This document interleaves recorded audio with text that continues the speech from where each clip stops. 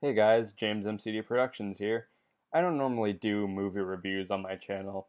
Lego animations are my passion and the focus of this channel. Plus, in my opinion, YouTube is already oversaturated with film critics and review channels, which isn't a bad thing. I just didn't want that to be the focus of my channel.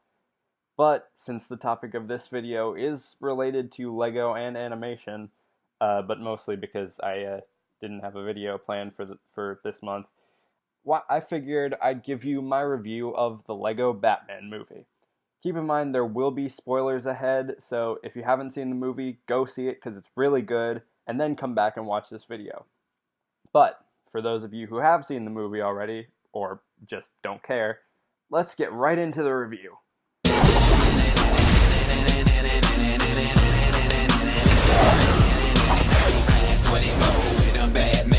The Lego Batman movie, directed by Chris McKay, is the spin-off of the 2014 smash hit, The Lego Movie. Now, I really enjoyed The Lego Movie when it first came out, and after watching it again, I love it even more now than I did. Yeah, it has its problems, and yeah, it is obviously just a giant toy commercial, but you know what? It's a damn good toy commercial. The animation is gorgeous, the story is entertaining and heartfelt, the characters were all memorable, the comedy was hilarious, the music was awesome, the editing was awesome, everything about that movie was just awesome, except for that song. That song needs to die. In all seriousness, it's a really good movie, and after watching it again, I have to give it a 10 out of 10. Easily one of the best animated movies to come out in this decade, and probably one of the best animated movies of all time. And because of the success of the first movie, LEGO teamed up with Warner Brothers Animation to create their own LEGO Cinematic Universe. Because that's not being done or anything. This includes a sequel set for release in 2019, and 2 spin-offs, the first of which starring the first movie's breakout character, Batman. So, will this movie be as awesome as the first one? Well, let's take a look at the story. The movie starts with Batman, played by Will Arnett, stopping an attack on Gotham City by the Joker, played by Zach Galifianakis. After putting him and the rest of the villains back in Arkham, Batman goes home to his butler, Alfred, played by Ray Fiennes, who is very concerned. He says he should start taking responsibility for himself and not acting like a brooding loner. So Batman decides to take his newly adopted son, Robin, played by Michael Cera, under his Batwing and have him help with a special mission. Meanwhile, Joker wants to convince Batman that he is his greatest enemy by releasing a bunch of dangerous villains from the Phantom Zone. So Batman must learn to work together with his new team to save the city. On the surface, this sounds like a very standard Batman story. Joker tries to take over the city, Batman stops him. The end. But surprisingly, it goes much deeper than that, and makes for not only a good Lego movie, but a good Batman movie. Batman grieves over the loss of his parents, which is nothing new. We've seen it in plenty of other Batman stories.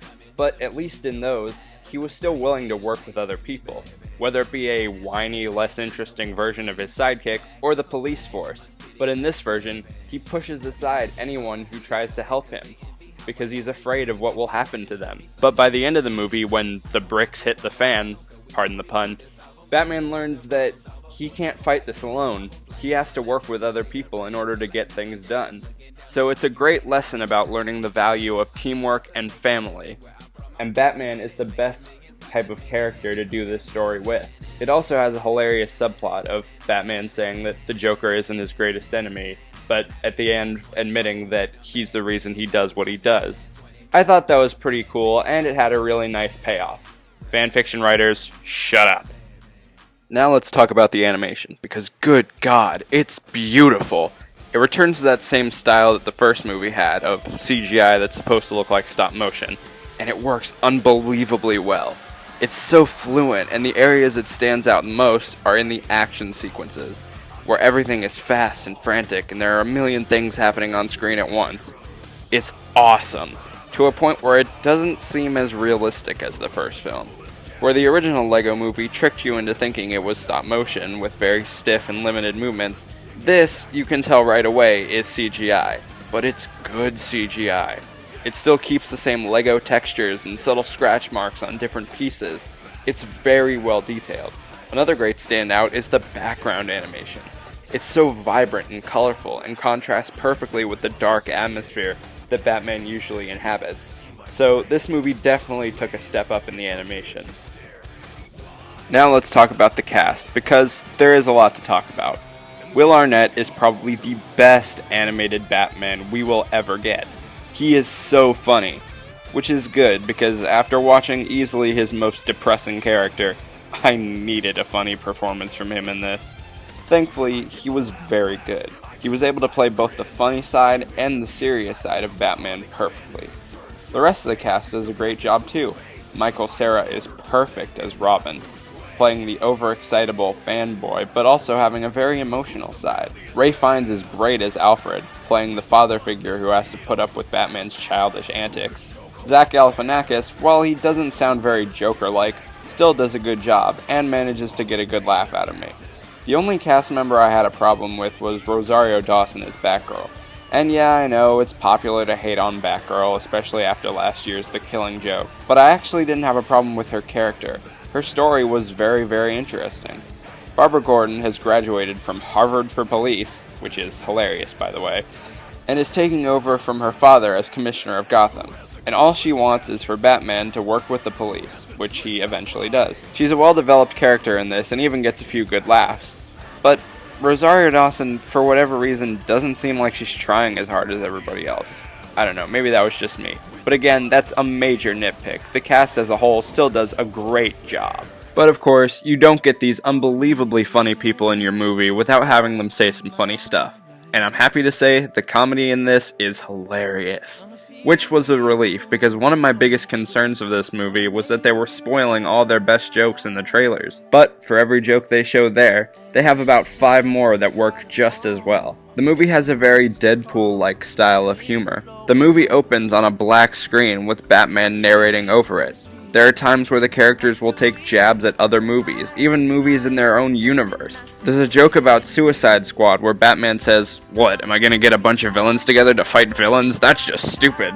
But at the end of the movie, that's exactly what they do. Not all of the jokes work, like there are parts of the movie where Batman feels he needs to beatbox for no reason, but for the most part, the movie was very funny and knew how to handle the self-referential humor. And with that said, the references in this movie are plentiful. Batman fans will have a blast with this movie.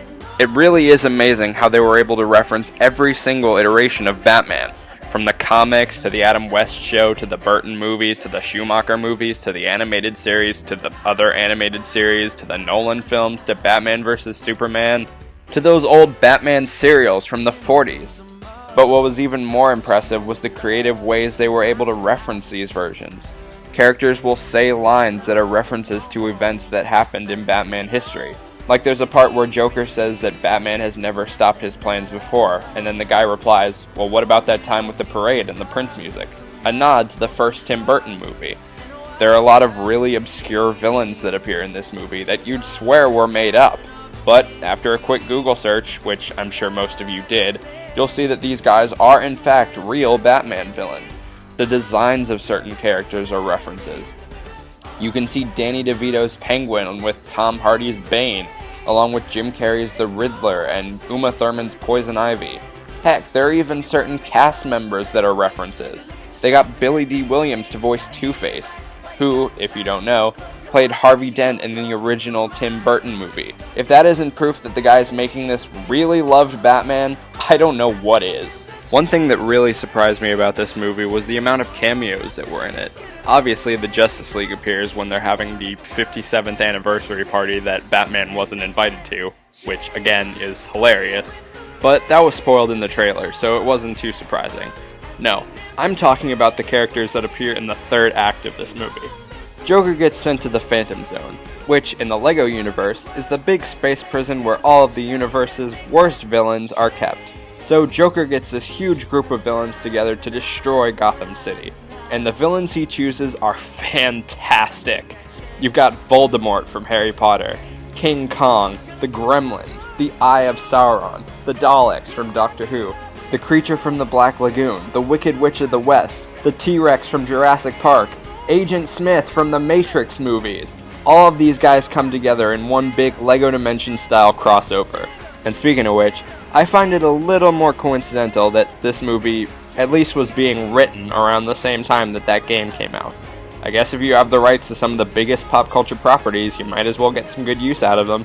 Seeing all these guys together interacting off each other is hilarious, and probably my favorite part of the movie.